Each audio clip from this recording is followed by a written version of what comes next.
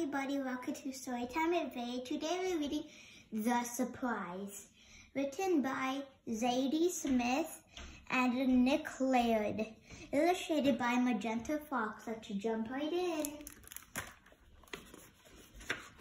The Surprise. It was Kit's birthday. Her present was a soft, small, sleepy surprise. "She's perfect," Kit whispered. "But why is she dressed like that?" No one knew. The surprise wasn't telling. Kit left for school. The surprise woke up. She was surrounded. "But what is it?" chirped Paul. "She clearly can't fly. Not a cat." "Too round," said Dora. "Or a pug," Bob decided. "Those legs." "She don't do much," noted Paul. "Actually," whispered the surprise, "I'm quite into judo, Paul." "What's that now?" barked Bob. He was a bit deaf. She just said she's an oddball," sniggered Dora. "Are you an oddball?" asked Bob. The surprise didn't know what to say. "Oh, she's definitely an oddball," said Dora. "If you're not a cat or a dog or a bird, you're an oddball." "According to the schedule," Bob announced, "it is now time to watch Animal World." "Do you watch Animal World?" asked Paul. "It's on the schedule." "I've only seen the judo," Paul whispered the surprise. "She said she's always been an oddball?" shouted Dora. And with that, Dora and Bob padded into the living room to watch telly, with Paul fluttering after. The surprise was left alone.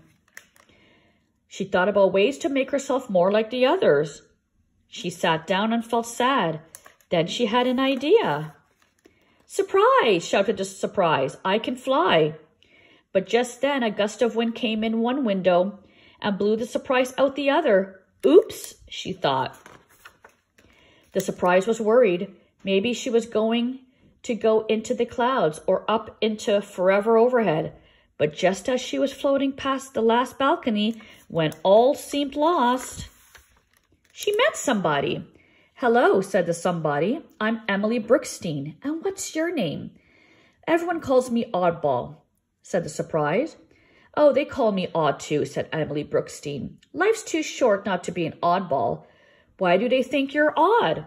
"I think," said the surprise, "because I am unaware of the schedule." "Heaven save us from schedules," cried Emily, and brought out a plate of coconut macaroons. "Now, what's your real name?" "I don't know. I'm Kit's birthday present." "Are you indeed? Well, I had an Aunt Melody who looked a bit like you. She was an oddball, kept boiled eggs in her pocket, and stayed out dancing ever so late." "Oh." The surprise and Emily Brookstein played cards and ate macaroons until the grandfather clock struck 3. Emily said, "I wish you could stay all day, but it must be about time to take you back. Your Kit will be getting home soon."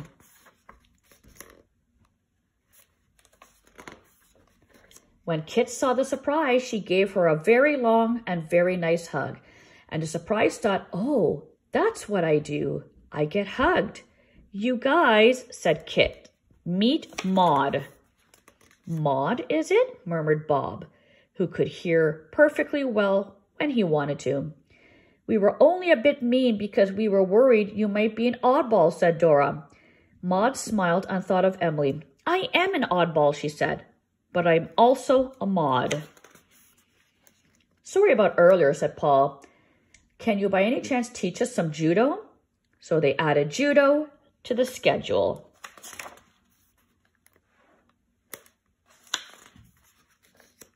The end. Hope you enjoyed today's story. Until next time.